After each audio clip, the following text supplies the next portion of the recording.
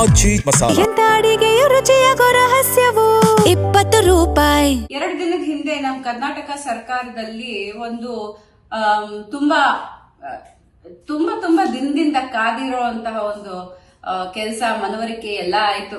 ಏನು ಅಂತಂದ್ರೆ ದೊಡ್ಡ ದೊಡ್ಡ ರೆಸ್ಟೋರೆಂಟ್ ಹೋಗಿದ್ದಾರೆ ಈ ಫುಡ್ ಆಫೀಸರ್. ಅದು ಹೋಗ್ಬಿಟ್ಟು ಅಲ್ಲಿ ಅವರ ಕಿಚನ್ ಹಿಂದೆ ಅವ್ರ ಫ್ರೀಜರ್ ಸ್ಟೋರೇಜ್ ಏರಿಯಾ ಇರುತ್ತಲ್ಲ, ಅದನ್ನ ಹೋಗಿ ಚೆಕ್ ಮಾಡಿದ್ದಾರೆ. ZTV ನಲ್ಲಿ ಬಹಳ ಚೆನ್ನಾಗಿ ತೋರಿಸಿದ್ರು.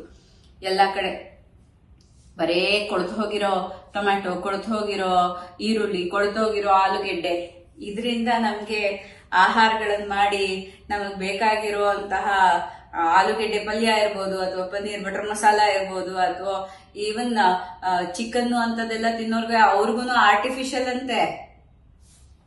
ಎಲ್ಲ ಆರ್ಟಿಫಿಷಿಯಲ್. ನಾವ್ ಎಲ್ಲಿ ಹೋಗ್ಬೇಕು ಅಂತ ಒಂದ್ ಕಡೆ ಸಿಟ್ಟು ಬರ್ತಾ ಇದೆ, ಇನ್ನೊಂದ್ ಕಡೆ ನಗು ಬರ್ತಾ ಇದೆ. ಅಲ್ಲ, ನಾವು ಗ್ರಾಹಕರೇ ಎಚ್ಚರ ಅಂತ ಹೇಳ್ತೀರಾ. ಹೌದು, ಎಚ್ಚರವಾಗಿದ್ದೀವಿ.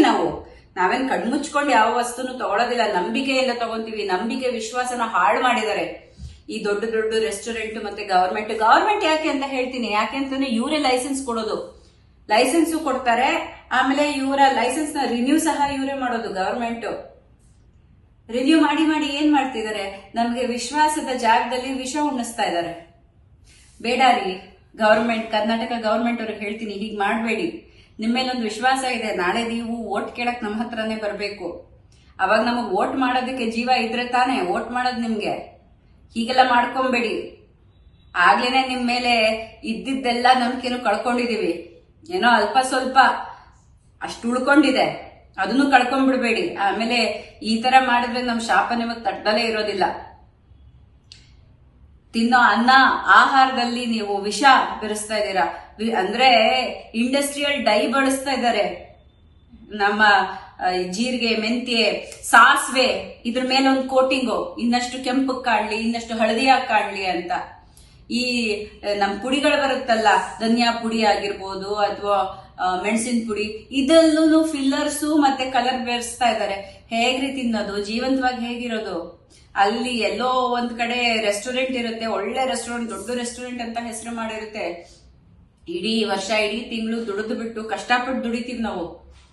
ದುಡಿದು ಬಿಟ್ಟು ಒಂದೊಂದು ಪೈಸೆನು ಕೂಡಿಟ್ಟು ಒಂದಿನ ಯಾವ್ದೋ ಒಂದು ಹುಟ್ಟಿದ ಹಬ್ಬಕ್ಕೋ ಅಥವಾ ವಾರ್ಷಿಕೋತ್ಸವ, ಮದುವೆ ವಾರ್ಷಿಕೋತ್ಸವ ಸೆಲೆಬ್ರೇಟ್ ಮಾಡೋದಕ್ಕೆ ಒಂದು ದೊಡ್ಡದೊಂದು ರೆಸ್ಟೋರೆಂಟ್ ಅಪ್ಪ, ಇಲ್ಲಿ ಹೋದ್ರೆ ಒಂದ್ AC ರೂಮ್ ಅಲ್ಲಿ ಕುತ್ಕೊಂಡು ತುಂಬಾ ನಮ್ಗೆ ಎಟ್ಟಿದ್ದಲೇ ಇರುವಂತಹ ದುಡ್ಡನ್ನು ಕೊಟ್ಬಿಟ್ಟು ಏನೋ ಒಂಚೂರು ಚೆನ್ನಾಗಿ ತಿಂದು ಬಿಡೋಣ, ಒಂದು ಮೆಮೊರಿ ಅದು ಅಂತ ಅಲ್ಲಿ ಹೋಗ್ಬಿಟ್ಟು ತಿಂದು ನೋಡ್ ಬಂದ್ರೆ ಹೊಟ್ಟೆ ಕೆಡುತ್ತೆ. ಹೊಟ್ಟೆ ಕೆಟ್ಟಿದ್ದಕ್ಕೆ ಡಾಕ್ಟರ್ ಹತ್ರ ಹೋಗ್ತೀವಿ, ಅಲ್ಲೂ ದುಡ್ಡು ಸುರಿ. ಆಮೇಲೆ ಡಾಕ್ಟರ್ ಹೇಳ್ತಾರೆ ಲ್ಯಾಬ್ ಟೆಸ್ಟ್ ಮಾಡುವಂತ. ಲ್ಯಾಬ್ ಟೆಸ್ಟ್ ಅನ್ನ ಹೋಗಿ ಮಾಡೋದಕ್ಕೆ ಅಲ್ಲಿ ಮತ್ತೆ ದುಡ್ಡನ್ನ ಭರ್ತಿ ಮಾಡ್ಬೇಕು. ಆಮೇಲೆ ಇದೆಲ್ಲ ಆದ್ಮೇಲೆ ಪುನಃ ಡಾಕ್ಟರ್ ಹತ್ರ ಹೋಗೋ, ಡಾಕ್ಟರ್ ಒಂದ್ ಚೀಟಿ ಕೊಡ್ತಾರೆ, ಆ ಚೀಟಿ ತಗೊಂಡು ಹೋಗ್ಬಿಟ್ಟು ಮೆಡಿಕಲ್ ಹೋಗ್ಬಿಟ್ಟು ಫಾರ್ಮಸಿನಲ್ಲಿ ಮೆಡಿಸಿನ್ ತಗೋ, ಅದನ್ನು ತಿನ್ನು.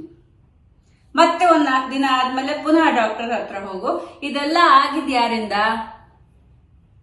ಹೋಟೆಲ್ಗಳಿಂದ. ಅಲ್ಲ, ಹೋಟೆಲ್ ಅಷ್ಟೇ ಅಲ್ಲ, ಇನ್ನೂ ಒಂದು ತೋರ್ಸಿದ್ರು. ಸಾಮಾನ್ಯವಾಗಿ ಸಿಗೋ ಅಕ್ಕಿ ಬೇಳೆಗೂನು ಅದನ್ನು ಬಿಟ್ಟಿಲ್ವಂತೆ.